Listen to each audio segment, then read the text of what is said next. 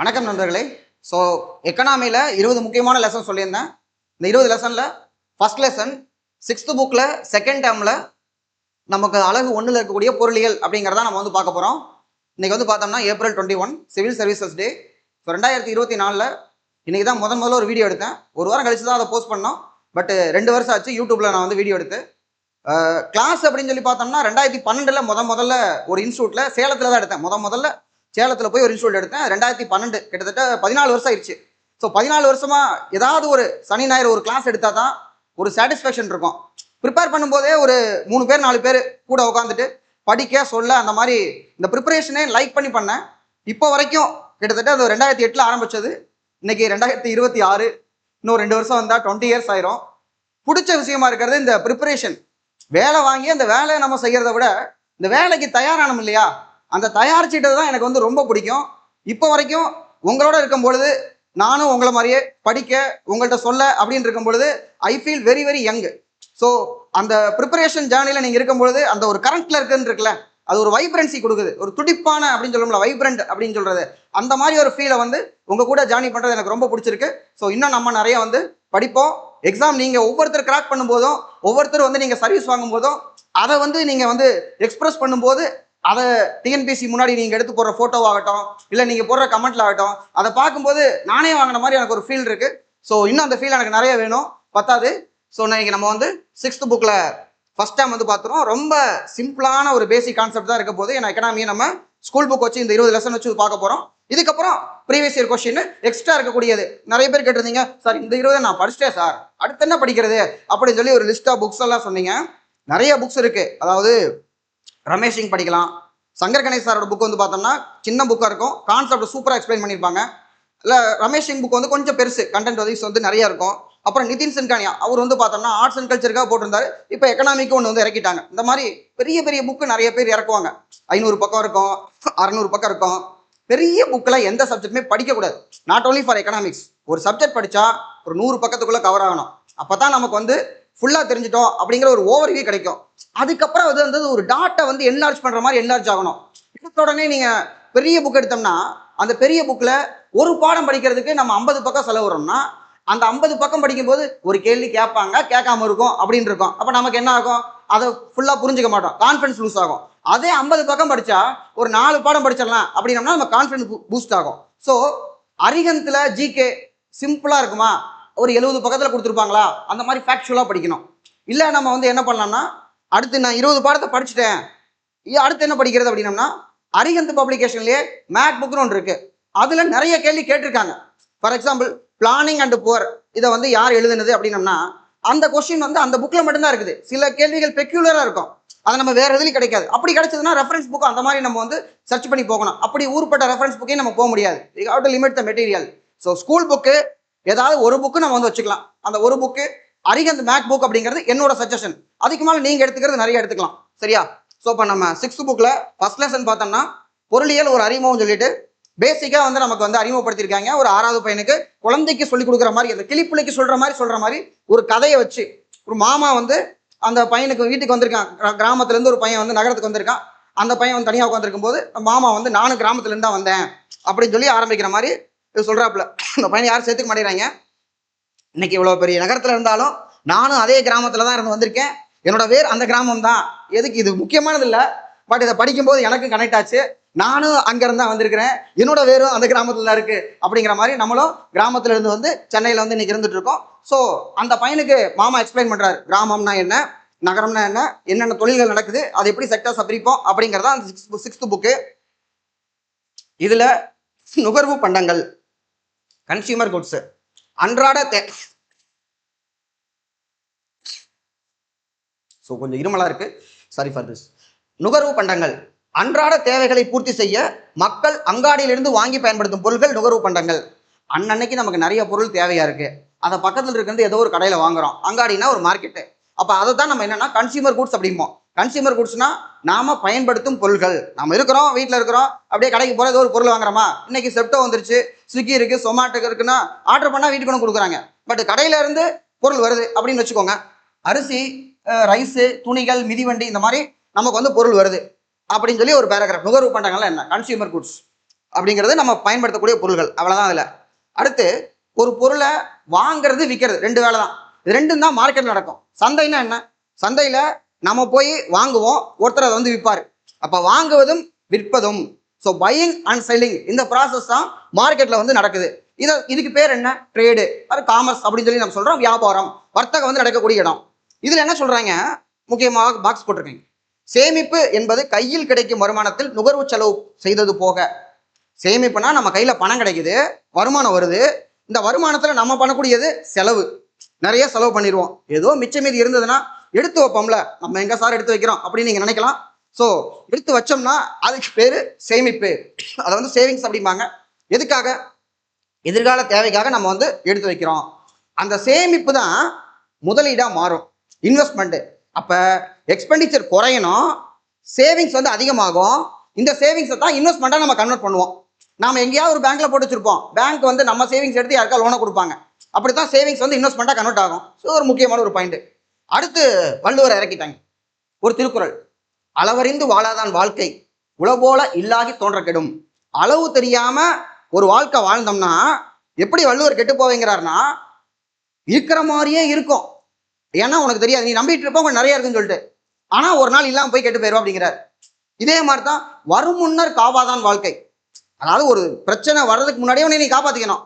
வரும் முன்னர் காவாதான் வாழ்க்கை எப்படி கெட்டு போகும்னு கேட்டோம்னா, அவரு எரி முன்னர் வைத்தூறு போல, நல்ல தீப்பத்தி எரியும் போது வைக்க போற பக்கத்துல இருந்தா தப்புன்னு பிடிச்சிக்கும்ல, அந்த மாதிரி கெட்டு போக அப்படிம்பாரு. ஸோ இங்க வந்து இல்லாகி தோன்ற கெடும் அப்படிங்கிறார். இருக்கிற மாதிரியே இருந்து இல்லாம நீ கெட்டு போயிருவ, அப்ப அளவு தெரிஞ்சு வாழ் அப்படின்னு சொல்லி வள்ளுவர் வந்து நமக்கு ஒரு வார்னிங் கொடுக்குறார். அடுத்து பண்டமாற்று முறைன்னு ஒன்று சொல்லியிருக்கிறாங்க.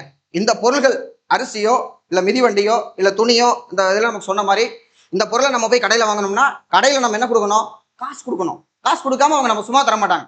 ஒரு காலத்துல என்னன்னா ஒரு பொருளை கொடுத்து இன்னொரு பொருளை வாங்கியிருக்காங்க, அதுக்கு பேரு பார்ட்டர் சிஸ்டம், பண்டமாற்று முறை அப்படிம்பாங்க. பண்டமாற்று முறையில என்ன பிரச்சனைனா, இந்த ரெண்டு பேரும் ஆளுக்கு ஒரு பொருளை வச்சிருப்பாங்க. இவருக்கு இந்த பொருள் வேணாம் பாரு, இவர் இந்த பொருள் வேணும் பாரு. அப்ப வாண்ட் ஆஃப் டபுள் கோஇன்சிடென்ஸ் அது வந்து இல்லாம போகும். அதாவது இருமுக பொருத்தம் இருக்காது, ரெண்டு பக்கம் பொருந்தணும். இவர் வந்து இப்ப நான் ரெண்டு கருப்பு குதிரை வச்சிருக்கேன், ரெண்டு வெள்ளை குதிரை வச்சிருக்கேன், ஆளுக்கு ஒண்ணு மாத்திக்கலாமா அப்படின்னா ஓகேன்னு சொன்னா பரவாயில்ல. இல்ல எனக்கு கருப்பு தான் வேணும் அப்படின்னு ஒருத்தர் இருக்கிற அப்படின்னு வச்சுக்கோங்க, எனக்கு ஒரு கருப்பை கொடுத்தா பரவாயில்ல அப்படின்னா மேட்ச் ஆகாது. அப்ப நம்ம என்ன பண்ணணும்? பணம்னு ஒரு பொதுவான பொருளை வச்சு, எப்பா நீ வந்து இந்த குதிரையை கொடுத்துட்டு பணத்தை வாங்கிக்க, இந்த பணத்தை வச்சு உனக்கு பிடிச்சது எதை வேணாலும் நீ வாங்கிக்க அப்படின்னு நம்ம கொண்டு வர்றோம். அப்ப அந்த பண்டமாற்று முறையில் இருக்கிற பிரச்சனைக்காகத்தான் பணம் ஒன்று வந்திருக்குது. நம்ம கூட ஒரு கண்ணதாசனுடைய பாடல் ஒன்று இருக்கு, விமானம் வந்து படைத்ததுக்கு பறவையை கண்டான் விமானம் படைத்தான், மீனை பார்த்திருக்கியா படகை படைத்தான், எதனை கண்டான் பணம் தானே படித்தான் அப்படின்னு சொல்லி சைக்கிள் மேல உட்காந்துக்கிட்டு நம்ம சிவாஜி கணேசன் சார் வந்து பாடுவாரு. அந்த நாள் முதல் இந்த நாள் வரை அப்படின்னு சொல்லி ஒரு பாட்டு இருக்கு, அதுல வரும். ஸோ பணத்தை வந்து எதுக்காக படைச்சிருக்காங்க? இந்த மாதிரி ஒரு பண்டமாற்று முறையில் இருக்கிற பிரச்சனையை தீர்க்கறதுக்காகத்தான் பணம் வந்து படைக்கப்பட்டது அப்படின்னு சொல்லி எக்கனாமி சொல்லுது நமக்கு. ஸோ இப்படி நமக்கு கிடைச்ச அந்த பொருள்ல இந்த புக்கை பொறுத்த வரைக்கும் அரிசி, துணி, மிதிவண்டினாங்களா. அப்ப நமக்கு இந்த அரிசி கிடைக்குதுன்னு வச்சுக்கோங்க. அரிசி எப்படி கிடைக்கும்? நெல்ல இருந்து நம்ம எடுத்துட்டு வரோம். அதை வந்து செக்டர்ஸா பிரிக்கிறாங்க. இதுதான் பேசிக்கான ஒண்ணு. இதுல இருந்து 1-2 கேள்வி கேட்டிருக்காங்க. அந்த செக்டர்ஸ் பிரிக்கும் போது முதல் நிலை, இரண்டாம் நிலை, மூன்றாம் நிலை அப்படின்னு சொல்லி 3ஆ பிரியுது. இதுல முதல்நிலை தொழில்கள் அப்படின்னு சொல்லி பார்த்தோம்னா அதான் பிரைமரி செக்டர்ஸ் அப்படிங்கிறாங்க. பிரைமரி செக்டர்ல நம்ம எந்த வேலையும், அதாவது ரா மெட்டீரியல் மூலப்பொருள் அப்படியே நிலத்துல இருந்து அப்படியே நம்ம எடுத்துக்கிறோம். நம்ம பெருசா டெக்னாலஜி கொடுத்து ஃபேக்டரி வச்சு நம்ம வந்து வேல்யூ வந்து மாத்தல, அப்படியே எடுத்துக்கிறோம். அப்படி இருக்கக்கூடியது வந்து பார்த்தோம்னா முதல்நிலை. உணவு தேவைக்கும் தொழில் உற்பத்திக்கும் தேவையான மூலப்பொருட்களை உற்பத்தி செய்வது அப்படிங்கிறதா முதல்நிலை. அதுல என்னென்ன இருக்கு அப்படின்னு பார்த்தோம்னா வேளாண்மை, அக்ரிகல்ச்சர், தென் அனிமல் ஹஸ்பண்ட்ரி, கால்நடை வளர்த்தல். அனிமல் ஹஸ்பண்ட்ரி, அக்ரிகல்ச்சர் என்ன ஆர்டிகல் வரும் அப்படின்னு பார்த்தோம்னா பாலிட்டியில் ஆர்டிகல் 48 வந்து பார்த்தோம்னா modernise agriculture and animal husbandry அப்படின்னு சொல்லி ஆர்டிகல் 48 வந்து நமக்கு சொல்லும். இது நம்ம எக்கனாமிக் சர்வே சொல்லியிருப்பேன். எவ்வளவு வந்து பணம் கிடைக்குது அக்ரிகல்ச்சர்ல மட்டும் பார்த்தோம்னா 1.99 lakh crore, கிட்டத்தட்ட 2 லட்சம் கோடி நமக்கு வந்து பார்த்தோம்னா தமிழ்நாட்டில் வந்து கிடைக்கக்கூடியது. அதுல ஈல்டுல அதிகமா இருக்கிறது, உற்பத்தி திறன்ல வந்து அதிகமா இருக்கிறது எதுன்னு பார்த்தோம்னா நம்பர் 1 பொசிஷன்ல நம்ம வந்து கேழ்வரகு, அதாவது ராகியும் கரும்பு வந்து பார்த்தோம்னா நம்பர் 1ல வந்து நம்ம வந்து வச்சிருக்கிறோம். அடுத்தது மீன் பிடித்தல், ஃபிஷிங். ஸோ ஃபிஷிங்கை பொறுத்த வரைக்கும் நமக்கு ஒரு இன்லேண்டு பிளஸ் வந்து சி ஓஷன் அப்படின்னு சொல்லுவோம். கடல்லையும் மீன் பிடிப்போம், ஆத்துலையும் மீன் பிடிப்போம். அந்த மாதிரி ஃபிஷிங் வந்து பார்த்தோம்னா ஜஸ்ட் மீன் அப்படியே நம்ம பிடிச்சிக்கிறோம். அதே மீனை நம்ம வந்து கருவாடாக்கி பதப்படுத்தி அதுல இருந்து ஏதாவது ஒன்று பண்றோம்னா செகண்டரிக்கு போயிடும். அடுத்து சுரங்க தொழில், மைனிங். தேவையான உலோகங்களை வெட்டி எடுக்கிறது முதல்நிலை தொழில். வெட்டி எடுத்த உலோகம் அதை வந்து நமக்கு பயன்படக்கூடிய காராவோ இல்லை எந்த பொருளாவோ நம்ம செய்கிறோம் அப்படின்னம்னா அது வந்து செகண்டரிக்கு போயிடும். அடுத்து கனிகள், கொட்டைகள், தேன், மூலிகைகள், ரப்பர், பிசின் இதெல்லாமே காட்டுலேருந்து அப்படியே நம்ம சேகரிக்கிறதா, இதெல்லாமே பிரைமரியில் வரும். ஸோ அப்போ இவ்வளவு வேலை வந்து பார்த்தோம்னா பிரைமரி. எல்லா நாடுகளுமே மனுஷன் நம்ம அந்த காலத்தில் ஆதி மனிதன் தெரிஞ்சிருப்போம். அப்போ வந்து பிரைமரி ஆக்டிவிட்டி மட்டும்தான் இருந்திருக்கும், தொழிற்சாலைகள் வராது. உலகத்திலேயே முதல்ல மிஷின் கண்டுபிடிக்கப்பட்டது 1750களில் இங்கிலாந்துல தான் கண்டுபிடிக்கிறாங்க. கண்டுபிடிச்சு அவன் வந்து அதை பயன்படுத்தவே இல்லை. ஏன்னா மிஷின் செய்கிற வேலையை மனுஷனே நல்லா செஞ்சுட்டு இருக்கான்னு சொல்லி இங்கிலாந்துல வந்து வச்சுட்டு இருக்காங்க. அதுக்கப்புறம் தான் அங்கே வந்து பார்த்தோம்னா தொழிற்சாலைகள், ஃபேக்ட்ரின்னு ஒரு கான்செப்டே வருது. அந்த ஃபேக்ட்ரிங்கிற கான்செப்ட் இங்கிலாந்துல உருவாகி ஒரு இடத்துல மிஷினை கொண்டு போய் வச்சு முதல்ல மிஷின் எந்த தொழில பயன்படுத்துறாங்க அப்படின்னு பார்த்தோம்னா நெசவு தொழில். அவன் ஆங்கில கிழக்கிந்திய கம்பெனி நம்ம இந்தியாவுக்கு வந்தது 1600 ஃபார்ம் பண்ணியிருப்பான். 1608 தான் பர்மிஷனுக்காக வருவான். ஜஹாங்கீர் வந்து கேட்டிருக்காங்க, பர்மிஷன் கேட்டிருக்காங்க. ஜஹாங்கீர் எவ்வளோ பெரிய மன்னர், கொடுப்பாரா? 3 நாய்க்குட்டி கொடுத்து பர்மிஷன் வாங்கியிருக்காங்க. நல்ல அயர்லாந்து நாய்க்குட்டி 3 என்ன பிடிக்கும்னு பார்த்துருக்காங்க. நாய்க்குட்டி பிடிக்கணுமானே அதை கொடுத்து பர்மிஷன் வாங்கியிருக்காங்க. யார்கிட்ட? முகலாய அரசர்கிட்ட. அந்த முகலாய வம்சத்தை சேர்ந்தவர்கிட்ட தான் ஆங்கில கிழக்கிந்திய கம்பெனி 1765 பக்சார் போருக்கு அப்புறம் அலகாபாத் உடன்படிக்கை வந்து போடுறாங்க. இந்த டைம் இவன் அந்த நம்மளோட உடன்படிக்கை போட்டு பெங்கால் அவன் கையில் எடுக்கும் போது அவன்கிட்ட அப்பதான் முதல்ல மிஷினே வருது. வரும்போதே அவன் மிஷினோட வரல, வரும்போது ஆர்மியோட வந்து சண்டை போட வரல. அவன் வந்து கோணி பையும் தராசையும் தூக்கிட்டு வந்தான். மிளகு கொடு, ட்ரெஸ் கொடுன்னு கேட்டு வந்தான் அவன். அப்படித்தான் அந்த இது வந்து ஆரம்பிக்குது. அப்போ உலகத்திலேயே முதல்ல முதல்நிலை தொழில்கள் தான் வந்து நிறைஞ்சிருக்குது. ஃபேக்டரிங்கிற கான்செப்ட் 1800களில் தான் செறிஞ்சு நிறைய வருது. அப்பதான் வந்து காரல் மார்க்ஸ் வந்து சுருட்டை பிடிச்சிக்கிட்டே எழுதுறாப்புல, புரட்சி வெடிக்கும் லண்டன்ல அப்படிங்கிறாப்புல. லண்டன்ல புரட்சி வெடிக்கல, வெடிச்சது ரஷ்யால 1917. ரஷ்யாலையும் அக்ரிகல்ச்சர் தான் முதன்மை தொழில் தான் நடக்குது. ஏன்னா புரட்சி வெடிக்கிறதுக்கு புரட்சியாளன் தேவை. அங்க இண்டஸ்ட்ரீஸ்ல வந்து திரட்டி புரட்சி பண்றதுக்கு ஆள் இல்லை. ஸோ ட்ரேட் யூனியன்ஸ் எல்லாம் வந்து லேட்டர்ல தான் ஃபார்ம் ஆகுது. 1920களில் தான் நமக்கு வந்து ட்ரேட் யூனியன் எல்லாமே ஃபார்ம் ஆயிட்டு இருக்கு. மெட்ராஸ் லேபர் யூனியன் பாருங்க 1918 ஃபார்ம் ஆயிருக்கும். ஸோ அப்ப எப்ப இந்த தொழில இருந்து அந்த தொழிலுக்கு உலகமே நகருது 1800களில் தான் நகருது. அப்ப அதுக்கு முன்னாடி நம்ம வந்து ஃபேக்டரி கிடையாது, கார்பன் டை ஆக்சைடு எமிஷன் கிடையாது, பிரச்சனையே கிடையாது, நிம்மதியா வாழ்ந்துட்டு இருந்திருப்பாங்களா இருக்கும். அடுத்தது பண்டங்கள் மதிப்பில் ஏற்படும் வேறுபாடு பல பிரச்சனைகளுக்கு வழிவகுத்தது. இந்த பிரச்சனையை தீர்க்க தான் பணம் கண்டுபிடிக்கப்பட்டது அப்படிங்கிறாங்க. அதாவது நான் ஏற்கனவே சொல்லிட்டேன், பார்ட்டர் சிஸ்டம், பண்டமாற்று முறையில் வந்து பார்த்தோம்னா நமக்கு பண்டங்களை ஒருவருக்கொருவர் மாற்றிக்கொள்ளும் போது அந்த இருமுருக பொருத்தமின்மை அப்படிங்கிறது வருது. எனக்கு இது வேண்டாம் அப்படின்னு சொல்லும்போது பொதுவான ஒரு பொருளை கொடுக்குறாங்க. ஆரம்பத்திலேயே நம்ம காகித பணம் வந்துடல, இப்போ இருந்து அது பணத்தின் வரலாறு தனியாக இருக்கும், நம்ம பின்னாடி படிப்போம். நம்ம அதில் வந்து பார்த்தோம்னா தங்கம், வெள்ளி இந்த மாதிரி வேல்யூவான பொருளை பயன்படுத்தியிருக்காங்க. அப்புறமா வந்து பார்த்தோம்னா இந்த பாசி, கடலில் இருக்கக்கூடிய முத்து, அந்த மாதிரி நிறைய விஷயங்களை வந்து பயன்படுத்தியிருக்காங்க. அப்படி எவால்வ் ஆகி தான் இன்னைக்கு இருக்கக்கூடிய பேப்பர் கரன்சி வந்து நமக்கு வந்திருக்குது. அடுத்து படிப்படியாக வேளாண்மை செய்ய கற்றுக்கொண்டனர். இது நம்ம அந்த கதை ஆதி மனுஷன்லேருந்து அப்படியே நம்ம அக்ரிகல்ச்சருக்கு வர்றது. அப்புறமா இப்போ பார்த்தோம்னா நமக்கு தொழிற்சாலைகள் வந்துருச்சு. அடுத்து இந்த மாமா வந்து கிராமத்தினுடைய தொழில்கள்லாம் எக்ஸ்பிளைன் பண்ணும்போது இதெல்லாமே நீ இன்னைக்கு ஒரு நகரத்தில் இருக்க பையனை சொல்றாப்புல, இதெல்லாம் எங்கேருந்து வருது தெரியுமா? கிராமத்துல இருந்து அப்படின்னு அந்த பேரெல்லாம் சொன்ன உடனே என்ன சொல்றான்? சர்க்கரை ஆலைகளில் உற்பத்தி ஆனதும் அதுக்கு மூலப்பொருளான கரும்பு கிராமத்துல தான் இருக்குது, மிளகாயிலேருந்து கடுகு வரைக்கும் சமையலுக்கு தேவையான எல்லா பொருளுமே கிராமத்துல தான் இருக்கு அப்படின்னு கேட்டோன்னே இது எல்லாமே ரொம்ப விலைன்னு அம்மா சொல்லுவாங்களே, அப்ப கிராமத்தில் இருக்கவங்க எல்லாம் ரொம்ப பணக்காரங்களாப்பா அப்படின்னு சொல்லி அந்த பையன் ஆச்சரியப்பட்டு கேட்கறான். இல்லடா தம்பி, கிராமத்துல என்னதான் விளைஞ்சா கூட அங்கிருந்து அவங்கள்ட்ட கொஞ்சம் விலை கொடுத்து தான் வாங்குறாங்க, இடைத்தரகர்களுக்கு நிறைய பணம் போகுது அப்படிங்கிறாங்க. அப்ப இப்ப அக்ரிகல்ச்சர்ல நமக்கு வந்து பார்த்தோம்னா இந்த இடைத்தரகர் பிரச்சனை குறைக்கிறதுக்காக நாம் அப்படிமோ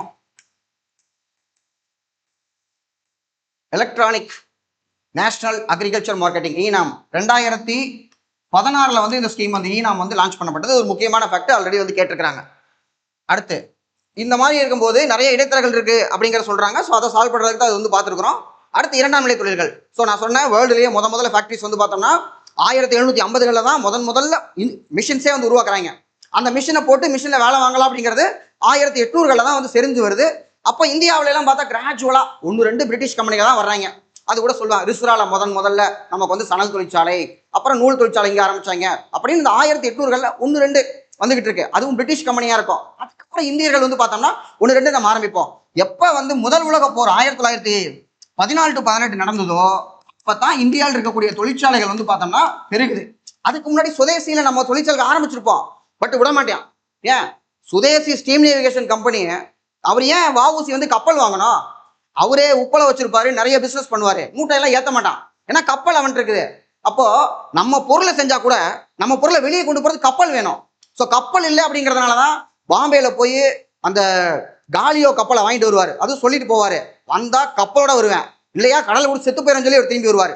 அப்ப அந்த அளவுக்கு அவர் ட்ரை பண்ணியும் கூட அந்த கப்பல் கம்பெனிக்காரன் என்ன பண்ணிருக்கிறான், முதல்ல இந்த கப்பல் அவருடைய கப்பல்ல முட்டை வந்துச்சுன்னு கேஸ் கொடுத்துருக்கான், அதை உடச்சிடுறாரு, அது பொய் கேஸ் அப்படிங்கிறாரு.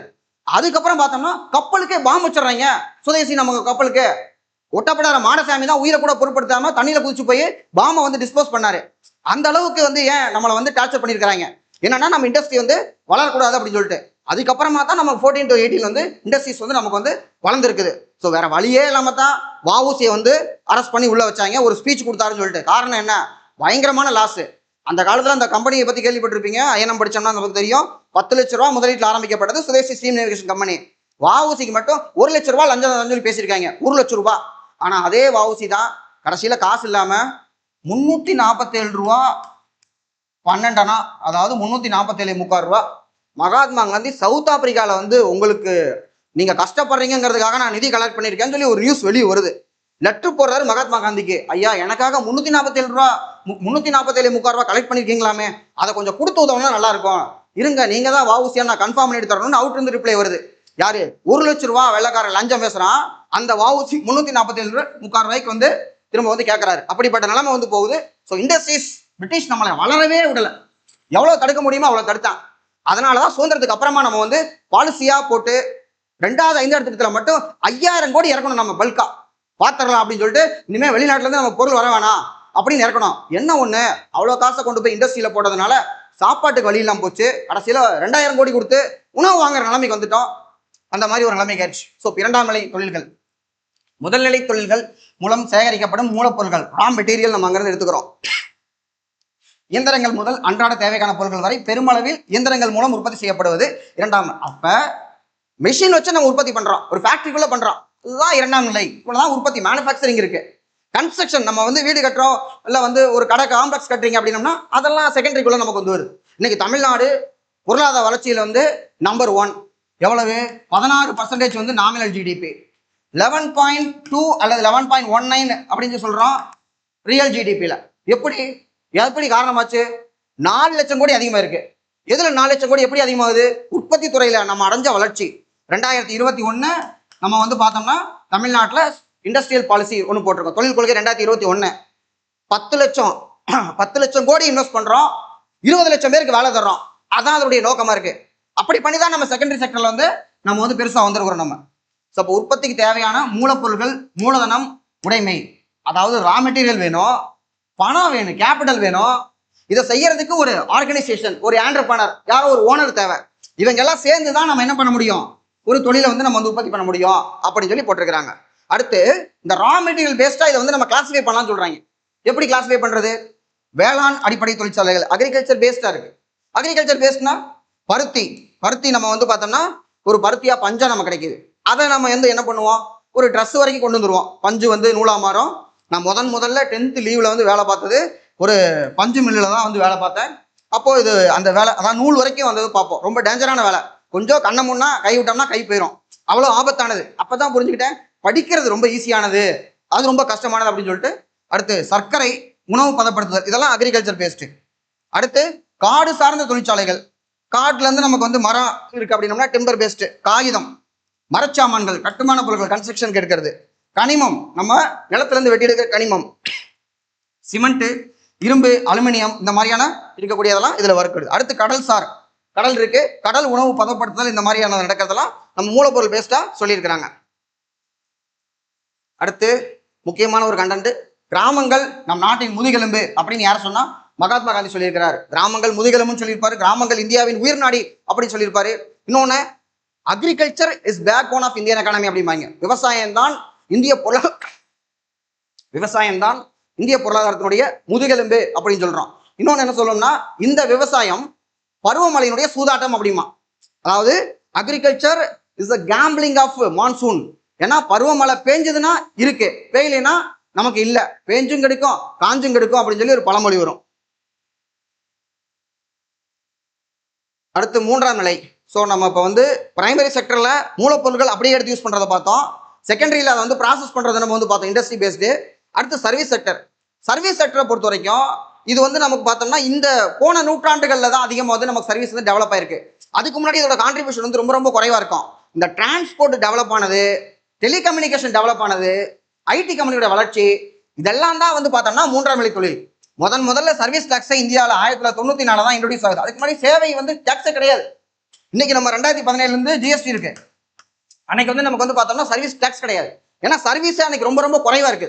அது 94ல கொண்டு வரும்போது பார்த்தோம்னா எல்ஐசி இன்சூரன்ஸ், டெலிகம்யூனிகேஷன் ஒரு 2-3 ஏரியா தான் கொண்டு வந்திருக்காங்க. இன்னைக்கு டாக்ஸ் இல்லாதது எது அப்படின்னு நம்ம பார்க்குற அளவுக்கு நம்ம அது வந்து வளர்ந்துருக்குது. ஸோ சேவை அப்படின்னு பார்க்கும்போது என்ன சொல்லியிருக்கிறாங்க அப்படின்னா, முன்னர் கூறிய 2 நிலைகளில், அதாவது பிரைமரி செகண்டரி எடுத்துக்கிட்டு தொழில்துறையில் பொருட்களை உற்பத்தி செய்வதற்கு, உற்பத்தி பொருட்களை தேவையான மக்களுக்கு கொண்டு சேர்ப்பதற்கும், அப்ப டிரான்ஸ்போர்ட்டை பத்தி பேசுறாங்க. சேவைத்துறை தொழில்கள் என்று அழைக்கப்படுகிறது. மக்களின் அன்றாட தேவைகளையும் சேவைத்துறை வழங்குகிறது. போக்குவரத்து முக்கியமான ஒண்ணு.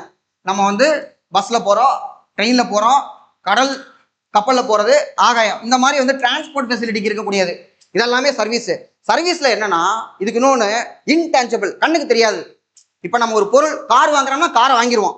பட் அதே ஒரு காரு ஊபர்ல வந்து நம்ம கார் புக் பண்ணி ஒரு இடத்துல இன்னொரு இடத்துக்கு போறோம், காரையே விலைக்கு வாங்குறோமா என்ன, அவர் நம்மளை ஒரு இடத்துல ஏத்துறாரு, இன்னொரு இடத்துல இறக்கி விடுறாரு. அப்ப நம்ம என்ன பண்றோம், ஒரு 200 300 அவருக்கு நம்ம காசு தர்றோம். We are hiring a service. அதான் நம்ம வந்து பண்றோம். அடுத்து தொலைத்தொடர்பு. தொலைத்தொடர்புல நமக்கு தேவையான ஒருத்தட்ட நம்ம போன்ல பேசுறோம், இன்னைக்கு நம்ம வீடியோ பார்த்துட்டு இருக்கோம். ஸோ அடுத்து அஞ்சல் மூலமா அன்னைக்கு வந்து பார்த்தோம்னா கம்யூனிகேஷன் இருந்தது. தகவல் தொழில்நுட்பம் ஐடியில் நம்ம வந்து பார்த்தோம்னா ஒரு ஆப் டெவலப் பண்றது, வெப் டெவலப் பண்றது, இந்த மாதிரி நிறைய இருக்கக்கூடியது ஐடியில் வரக்கூடியது. அடுத்து ட்ரேடு. இப்போ பொருள்களை வந்து பார்த்தோம்னா வாங்குறது, விற்கிறது அப்படிங்கிற ஒரு ஆக்டிவிட்டி இருக்குல்ல, அது வந்து சர்வீஸ்ல வந்து வந்துடுது நமக்கு. அடுத்து பேங்கிங். மெயினா நம்ம வந்து முதல் நிலை, 2ஆம் நிலையில நம்ம உற்பத்தி பண்ணக்கூடிய பொருள்கள் நம்ம கைக்கு வரணும்னா நம்ம பணம் கொடுக்கணும். ஸோ பணம் எங்க இருந்து வரும், ரிசர்வ் பேங்க் அச்சடிக்கிறாங்க 4 இடத்துல. அந்த அச்சடிக்கிற பணத்தை எல்லா இடங்களையும் கொண்டு போய் வச்சு அதை பேங்க்கு கொடுத்து, பேங்க்ல இருந்து நம்ம லோன் வாங்கி, இந்த மாதிரி தான் நமக்கு வந்துட்டு இருக்கு. அப்ப இதெல்லாமே வந்து பார்த்தோம்னா ஒரு சர்வீஸ், சேவை. So banking operation. பணம் இல்லைன்னா நமக்கு வந்து எந்த பொருளுமே உற்பத்தி ஆகிறது அதை விட்டு நமக்கு வராது. ஸோ பணம் மூலமா தான் மணி வந்து சர்க்குலேட் ஆகுது. இதை சொல்லணும்னா நமக்கு ஆர்பிஐ வந்து இந்தியாவில் 4 இடத்துல பிரிண்ட் பண்றாங்க. 4 இடம் வந்து பார்க்கும்போது மகாராஷ்டிராவில் நாசிக்கு, மத்திய பிரதேசில் வந்து பார்த்தோம்னா தேவஸ், அதுக்கப்புறம் கர்நாடகாவில் வந்து பார்த்தோம்னா மைசூரு, வெஸ்ட் பெங்காலில் சல்போனி. இந்த 4 இடத்துல பிரிண்ட் ஆகிற பணத்தையும் இவங்க என்ன பண்ணுவாங்கன்னா 4195 பிளேஸ், அதுக்கு ப்ளஸ்ஸாக இருக்கு. இப்போ அந்த மாதிரியான இடங்கள் செஸ்ட் அப்படிம்பாங்க, மணி செஸ்ட். மொத்தமாக பிரிண்ட் ஆகிற பணத்தை பூரா கண்டெய்னர் ஏற்றி கொண்டு போய் இந்த இடத்துல வச்சிருப்பாங்க. அதை வந்து கமர்ஷியல் பேங்க்குக்கு வந்து அவங்க தருவாங்க. இந்த பேங்க்ல இருந்து பணம் வந்து பார்த்தோம்னா நம்ம லோனாக வாங்குவோம். ஸோ இப்போ நம்ம லோன் நமக்கு தந்ததுக்கு அப்புறம் திரும்ப அந்த லோனை வந்து நம்ம ரீபே பண்ணுவோம். அப்புறமா நம்ம ஒரு பிஸ்னஸ் பண்ணுவோம். அந்த பிஸ்னஸ்க்கு நம்ம இன்சூரன்ஸ் பண்ணியிருப்போம். அப்போ இது எல்லாமே என்ன சொல்லுவாங்கன்னா ஃபினான்சியல் ப்ராடக்ட் அப்படிமா. ஹெல்த் இன்சூரன்ஸ்லேருந்து நம்ம பண்ணுறக்கூடிய இன்சூரன்ஸு, நம்ம ஒரு சீட்டு போடுவோம். அப்புறம் வந்து பார்த்தோம்னா வேற என்ன வட்டிக்கு பணம் விடுறது, இது எல்லாமே வந்து பார்த்தோம்னா நமக்கு வந்து ஃபினான்சியல் ப்ராடக்ட்ஸ் அப்படிம்பாங்க. இதை பண்றதுக்கு நிறைய இன்ஸ்டியூஷன் இருக்கு. அதை பேங்கிங், நான் பேங்கிங் சொல்லுவோம். இதெல்லாமே சர்வீசஸ்ல வரும். ஸோ பேங்க், வங்கி, பணப்பரிமாற்றம், வங்கி சேவைகள் எல்லாமே சர்வீஸ்ல வரக்கூடிய ஒன்று. அதே மாதிரி தான் ரியல் எஸ்டேட். ஒரு இடத்த ஒருத்தர் வாங்குறாரு, அதை வாங்குறதுக்கு ஒருத்தர் வாங்கி வச்சிருந்து இன்னொருத்தர் அப்ரிஷியேட் பண்ணி வேல்யூ ஆட் பண்றாங்கல்ல, அது ரியல் எஸ்டேட் வந்து பார்த்தோம்னா சர்வீஸ்ல வரும். அடுத்து அந்த மாமா என்ன சொல்றாருன்னா, அவ்வளவுதானே சொன்னால் போச்சு, உலக மக்கள் தொகையில் நகரத்தில் எவ்வளவு பேர் இருக்காங்கன்னு ஒரு கேள்வி கேட்கறாங்க. ஸோ அதுக்கு வந்து மாமா சொல்றாரு தமிழ்நாட்டில் 47% அப்படிங்கிறாங்க. ஸோ தமிழ்நாட்டில் 2011 மக்கள் தொகை கணக்கெடுப்பின்படி 48.44%. இப்போ 2028 ஒரு டேட்டா எடுத்திருக்காங்க. அதன்படி தமிழ்நாட்டில் வந்து பார்த்தோம்னா அர்பன் பாப்புலேஷன் 53.38%. அப்போ நான் கிராமத்தை விட நகரத்தில் தான் தமிழ்நாட்டில் நம்ம வந்து அதிகமாக இருக்கிறோம். ஸோ நகர்மயமாதல் எக்கனாமிக்ஸ் என்ன சொல்லியிருக்கான், நகரத்தில் நிறைய பேர் இருக்கிறதுனால கன்சம்ஷன், நுகர்வு அதிகமாகுது. ஸோ தட் பணவீக்கம் அதிகமாகுது, ஏன்னா டிமாண்ட் அதிகமாகுது. சிட்டியில் நமக்கு வந்து டிமாண்ட் அதிகம், நிறைய பொருள் நம்ம வாங்குவோம், நம்ம கையில் பணம் இருக்கும். அப்போ பணம் இருக்கும்போது என்ன ஆகுது, பணவீக்கம் அதிகமாகுது அப்படின்னு சொல்றாங்க. அது மட்டும் இல்ல, தமிழ்நாடு உற்பத்தி தொழிலிலும் சேவை தொழிலும் சிறந்து விளங்கும் மாநிலம். இவை நகரங்களை மையமாக கொண்டே இயங்குகின்றன. இன்னைக்கு தமிழ்நாட்டில் 33% கிட்டத்தட்ட நமக்கு வந்து பார்த்தோம்னா இதுல இருந்து வருது, உற்பத்தியிலிருந்து, மேனுஃபேக்சரிலிருந்து நம்ம வந்து எடுக்கிறோம். செகண்டரியில மட்டுமே நம்ம அவ்வளோ எடுக்கிறோம். அதுக்கப்புறம் கிட்டத்தட்ட ஒரு 53.6% வந்து பார்த்தோம்னா நமக்கு சர்வீஸ் செக்டர்ல இருந்து வருது. ஸோ இதுதான் நமக்கு வந்து அதிகமான பணம் சேவைத்துறையிலேருந்து நமக்கு கிடைக்குது. ஜிடிபி கான்ட்ரிபியூஷன்ல அதிகமாக வந்து பார்த்தோம்னா சேவைத்துறை நம்பர் 1, நம்பர் 2 உற்பத்தியிலேருந்து, நம்பர் 1 அக்ரிகல்ச்சர்லேருந்து வருது. ஆனால் அந்த நம்பர் 1 ஈவன் தோ பணம் கம்மியாக இருந்தாலும், ஏன்னா விற்கப்படும் பொருள் தான் நமக்கு ஜிடிபிலே வரும். ஜிடிபின்னா நம்ம வந்து என்ன டெஃபினேஷன் பின்னாடி பார்ப்போம். நம்ம ஒரு ஆண்டில் ஒரு குறிப்பிட்ட நிலப்பரப்பில் உற்பத்தி செய்யப்படக்கூடிய பண்டங்கள் மற்றும் பணிகளுடைய பண மதிப்பு. இப்போ நானும் நம்ம விஸ்டம் அகாடமிலேயே மொட்டை மாடியில் ஒரு சின்ன மாடி தோட்டம் இருக்கு. அதில் வந்து காய்கறி விளையுது. இந்த காய்கறியை யாருமே விலைக்கு வாங்குறது இல்லை, ஏன்னா நானே எடுத்துக்குவேன். ஸோ அப்போ இது வந்து ஜிடிபியில் ஆட் ஆகாது. ஏன்னா ஒரு பொருள் வாங்கப்பட்டாலோ ரொம்ப தொண்டை கரகருக்கு, ஒரு பொருள் வாங்கப்பட்டாலோ அல்லது விற்கப்பட்டாலோ அப்பதான் ஜிடிபியில் வந்து ஆட் ஆகும். அடுத்தது, கிராமங்களை விட நகரங்களில் தான் வேலை வாய்ப்பு அதிகம். எம்ப்ளாய்மெண்ட் ஆப்பர்ச்சுனிட்டி அர்பன்ல தான் அதிகமாக இருக்கு. ஒரு பேசிக் ஃபேக்ட். சிறுதொழில் செய்பவர்கள் தொடங்கி அமைப்பு சாரா தொழிலாளர்கள் வரை, அதாவது அன்ஆர்கனைஸ் செக்டர். இந்தியாவில் எம்ப்ளாய்மெண்ட்ல வந்து பார்த்தோம்னா அதிக மக்கள் இதில் வேலை செய்வாங்கன்னா அன்ஆர்கனைஸ்டு. அது வந்து நமக்கு அந்த பிஎஃப் பண்ண சொல்றோம்ல, பிஎஃப்ல வராம சின்ன சின்னதாக ஒரு 5 பேர் வேலை செய்யறோம், 10 பேர் வேலை செய்யறோமா, அது ஃபுல்லா அன்ஆர்கனைஸ்டு. இந்த கோச்சிங் இன்ஸ்டியூட் ஃபுல்லா அன்ஆர்கனைஸ்டா வரும். அடுத்து நமக்கு பார்க்கும்போது நகரத்தை சொல்லும்போது நன்கு வடிவமைக்கப்பட்ட சாலைகள் இருக்கு, துறைமுகம் இருக்கு, விமான நிலையம் இருக்கு, ரயில் நிலையங்கள் போன்ற இடங்கள் எல்லாம் ஏற்றுமதி இறக்குமதி சிறப்பாக நடக்க துணை புரிகின்றன. அர்பன்ல தான் இண்டஸ்ட்ரீஸ் வந்து நல்லா இருக்கும், சர்வீசஸ் டெவலப் ஆகும். அதே மாதிரி அர்பன்ல நகர்ப்புறங்கள்ல வங்கி கிளைகள் நிறைய நகரத்துல வந்து இருக்கு. அதனால பணப்புழக்கம் வந்து நமக்கு நிறைய கிடைச்சிட்டு இருக்கோம் அப்படின்னு சொல்றாங்க. ஆனா அது எப்படி நமக்கு பணப்புழக்கம் கிடைக்கும்? நம்ம ஏதாவது ஒன்று பண்ணா தான் கிடைக்கும். அடுத்து, அனைத்தையும் 3ஆம் நிலை தொழில்கள் என்னலாம், இதெல்லாமே டெர்ஷரி செக்டர் அப்படின்னு சொல்றாங்க. அடுத்ததா, உண்மையிலேயே நிறைய செய்திகள் தெரிஞ்சுக்கிட்டோம் மாமா. அந்த மாமா நமக்கு நிறைய சொல்லி கொடுத்துட்டாரு. இப்போ குழந்தைகள் கற்றல் வெளிப்பாடு பாருங்க. குழந்தைகள் சந்தை என்பதன் பொருளை புரிந்து கொள்வார். குழந்தைங்க புரிஞ்சுக்குவாங்களா? 6ஆம் கிளாஸ் பிள்ளைங்க, டிஎன்பிசி படிக்கிற நம்ம புரிஞ்சுக்கிறதே கஷ்டமா இருக்கு. So anyway we have understood. அடுத்ததுல கலைச்சொற்கள் பார்த்தோம்னா, நுகர்வோர் பொருள்களை பயன்படுத்துவோர். நுகர்வோர் அப்படின்னா பொருள்களை பயன்படுத்துறவங்க. குடியிருப்புகள் அப்படின்னா மனிதர் வாழும் இடம் அப்படின்னு சொல்லி கொடுத்துருக்காங்க. இந்த கலைச்சொல்கள் பார்த்தா பத்தாது. இதுல வந்து பார்த்தோம்னா நீங்க ஆல்ரெடி கலைச்சொல்லுக்கு கடுமையா படிச்சுட்டு இருக்கீங்க, நிறைய படிக்கிறீங்க, ஆட்சி சொல் அகராதிலாம் படிச்சுட்டு இருக்கீங்க. பாவமா இருக்கு எனக்கு கலைச்சொல் படிக்கிறத பார்த்தா. ஸோ வேற வழி இல்லை, என்ன பண்றது அப்படி கேட்கறாங்க. பட் இருந்தாலும் இந்த கலைச்சொல் ஒரு தடவை பார்த்துடலாம். இதுல என்ன சொல்லியிருக்காங்க, நிலையான அப்படின்னா எட்டர்னல், எப்பவுமே இருக்கிறது. எட்டர்னிட்டி அப்படிம்பாங்க. எட்டர்னிட்டினா இப்போ ஒருத்தர் சாகா வரம்பெற்று இருக்கான்னு வச்சுக்கோங்க, இம்மோர்டல் அப்படிமா. அது மாதிரி அந்த எட்டர்னிட்டி அப்படிங்கிறது எப்பவுமே இருக்கக்கூடியது. அடுத்த ரத்த உறவு அப்படின்னா கின்ஷிப். ஸோ கின்ஷிப் அப்படிங்கிறது ரத்த பந்தம் அப்படிங்கிறத சொல்றது. இந்த ரத்த உறவுக்கு நம்ம ஹெல்ப் பண்றோம், அவனுக்கு வேலை போட்டு கொடுக்குறோம்னா, நம்ம கூட நமக்கு முதல்ல பனகல் அரசருக்கு எதிராக வந்து நம்பிக்கை தீர்மா கொண்டு வரும்போது நெப்போட்டிசம் அப்படிம்பாங்க. ரத்த உறவுகளுக்கு வேலை போட்டு கொடுக்கறது கின்ஷிப். சமகாலம், contemporary. So contemporary history of Tamil Nadu நம்முடைய பேராசிரியர் வெங்கடேசன் புக்ல இருக்கு இல்லையா, சமகாலம் அப்படிங்கிறது கான்டெம்பரரி. அப்புறம் மெட்டலார்கி அப்படிங்கிறது உலோகவியல். ஸோ மெட்டல் உலோகம் சொல்லிடலாம். ஆசான் அப்படின்னம்னா ப்ரெசப்டர் அப்படிங்கிறது ஆசான் அப்படின்னு வரக்கூடியது. அடுத்து கோட்பாடு, டாக்ட்ரைன். ஸோ டாக்ட்ரைன் அப்படின்னம்னா கோட்பாடுகள். டாக்ட்ரைன் ஆஃப் எக்லிப்ஸே அப்படின்னு சொல்லி ஒரு கோட்பாடு இருக்கும் நமக்கு, கிரகண கோட்பாடு அப்படின்னு வச்சிருப்போம். டாக்ட்ரைன் ஆஃப் பேசிக் ஸ்ட்ரக்சர் அப்படின்னு பாலிட்டியில் நம்ம டாக்ட்ரைன்ஸ் எல்லாம் பார்ப்போம், அது கோட்பாடுகள். அடுத்து விர்ச்சியஸ் அப்படின்னம்னா நல்ல ஒழுக்கம். ஸோ வள்ளுவர் வந்து பார்த்தோம்னா விர்ச்சியஸ்க்கு நிறைய சொல்லியிருப்பார், நல்ல ஒழுக்கம். அடுத்து காப்ஸ் அப்படின்னம்னா சடலம். மடாலயம், மொனாஸ்ட்ரி. ஸோ டபோ மொனாஸ்ட்ரி அப்படின்னா ஹிமாச்சல பிரதேசத்தில் இருக்கும், புத்த மடாலயங்கள் சொல்லுவாங்க. மொனாஸ்ட்ரி அப்படின்னா மடாலயங்கள். அடுத்து ஆய்வு கட்டுரை, ட்ரீட்டிஸ் அப்படிங்கிறது பார்த்தோம்னா ஆய்வு கட்டுரைகள். அப்புறம் மேனுஃபேக்சரிங், மேனுஃபேக்சர் அப்படிங்கிற டேர்ம் வந்து பார்த்தோம்னா உற்பத்தி. இந்த மாதிரி சின்ன சின்ன டேர்ம் படிச்சுக்கிட்டா நமக்கு நல்லது, அங்கங்க நம்ம வந்து பயன்படுத்துவோம். ஏன்னா டிஎன்பிசி ப்ரிப்பரேஷன் பொறுத்த வரைக்கும் முழுக்க தமிழ்லேயே நம்மளால பண்ண முடியாது. அந்த கிராமர் இஸ்ஸுவாசலாம் இப்போ நான் படிக்கும் போதுமே எனக்கு இஸ்ஸுவாசு ஒரு முழு சென்டென்ஸே தெரியாது. இருந்தாலும் நான் இங்கிலீஷ் புக் எடுத்து படிப்பேன். டாடா மெக்கரல் படிச்சா தான் எனக்கெல்லாம் படிச்சாலே ஒத்துக்குவாங்க. ஸோ டாடா மெக்கரல் அரிகந்தில் இருக்கக்கூடிய அந்த ஜென்ரல் ஸ்டடீஸ் புக்கெல்லாம் நான் படிப்பேன். அதில் ஒன்றும் கிராமரே வராது. நமக்கு தேவை என்ன, ஹிஸ்ட்ரி படிக்கிறோமா, ஒரு வருஷம் இருக்கா, யாரா ஒருத்தர் பேரா இருக்கா, அந்த பேரு வருஷம் இவ்வளவுதான் நம்ம வந்து எடுத்துக்குவோம். ஊர் பேர் இருந்தால் இதை மட்டும் தான் எடுத்துக்குவோம். தேவையானதை நம்ம எடுத்துக்கிறதுக்கு பேராகிராஃப் படிக்கிறக்கூடிய நாலேஜ் நமக்கு வந்து தேவையில்லை. இப்படி வந்து வார்த்தையை நம்ம கன்சியூம் பண்றோம். அடுத்து பயன்பாட்டில் குறைதல், டெப்லெட். ஸோ டெப்லெஷன் அப்படின்னா குறையிறது அப்படிமா. அடுத்து சஸ்டைனபிள், முக்கியமான வார்த்தை, சஸ்டைனபிள் டெவலப்மெண்ட் கோல்ஸ் 2015, சஸ்டைனபிள் நிலைநிறுத்துதல். அடுத்து 3ஆம் நிலை டெர்ஷரி. ரிசோர்ஸ் அப்படின்னம்னா வளம். உயிருள்ள பயோட்டிக், உயிரற்ற அபயோட்டிக், முன்னாடி ஏற்பட முடிஞ்சு போச்சு. சுதந்திரம், இண்டிபெண்டன்ஸ். அடுத்து ரிபப்ளிக் அப்படின்னம்னா குடியரசு, நம்ம ரிபப்ளிக் டே, குடியரசு தினம் சொல்றோம். பாரம்பரியம், ஹெரிட்டேஜ். பாரம்பரியத்துக்கு இன்னொரு இங்கிலீஷ்னா ட்ரெடிஷ்னல் சொல்லலாம். இப்போ தொழிற்சாலைகள் வந்து பார்த்தோம்னா மாடர்ன் அப்படின்னம்னா நவீன, ட்ரெடிஷ்னல் அப்படின்னா பாரம்பரிய. ஸோ ஹெரிட்டேஜ் அப்படிங்கிறத நம்ம சொல்லலாம். அடுத்து அக்வாட்டிக் அப்படின்னா நீர்வாழ் உயிரினங்கள். ஸோ அக்வாட்டிக், அக்வாரியம் அப்படிங்கிறதெல்லாம் அக்வாட்டிக் அப்படின்னா நீர்வாழ் உயிரினம். வான் இயற்பியலாளர், ஆஸ்ட்ரோபிசிஸ்ட். அடுத்தது மக்களாட்சி, டெமோக்ரஸி. எல்லாத்துக்கும் நமக்கு தெரியும் இந்தியாவில் மக்களாட்சி இருக்கு, அதுவும் மறைமுக மக்களாட்சி. மறைமுக மக்களாட்சினா பிரதிநிதித்துவ மக்களாட்சி. பிரதிநிதித்துவ மக்களாட்சினா என்ன பண்ணணும்? 5 வருஷத்துக்கு ஓட்டு மட்டும் தான் போடணும். ஸோ எல்லாரும் கரெக்டாக ஓட்டு போட்டுருங்க. அடுத்து வரைவு குழு, டிராஃப்டிங் கமிட்டி நம்மளாம் தெரிஞ்சிருக்கோம். முகப்புரை, பிரியாம்பிள், மதச்சார்பின்மை, செக்யூலர், சமத்துவம், சோசியலிஸ்ட். இல்ல சமத்துவம் அப்படின்னா நமக்கு வந்து ஆக்சுவலா ஈக்குவாலிட்டி சொல்லலாம். இது சம தர்மம் சோசியலிஸ்ட் அப்படிங்கிறது.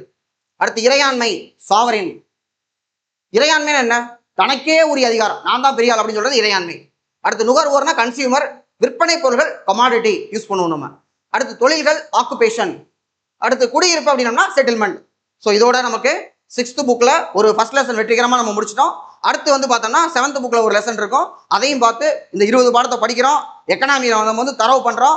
ஃபுல் மார்க் நம்ம எடுக்கிறோம். அதான் நமக்கு டார்கெட். ஜிஎஸ்ல நமக்கு ஒரு கொஸ்டின் தரலன்னா தமிழ்நாட்டில் வேற யாருக்குமே அந்த கேள்வி தெரியக்கூடாது. அதான் காம்படிஷன். So thank you.